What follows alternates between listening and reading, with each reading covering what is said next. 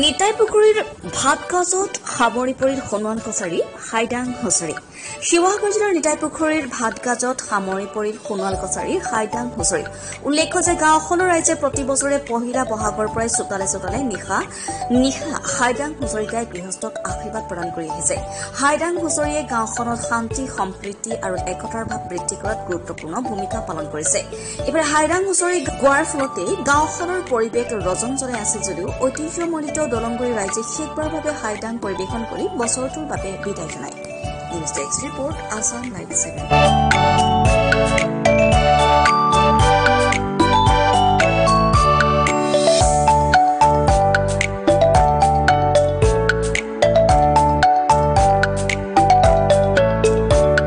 হাইডাং হুঁচৰি আজি অন্তিম দিন হিচাপে তেওঁক বিদায় দিওঁ।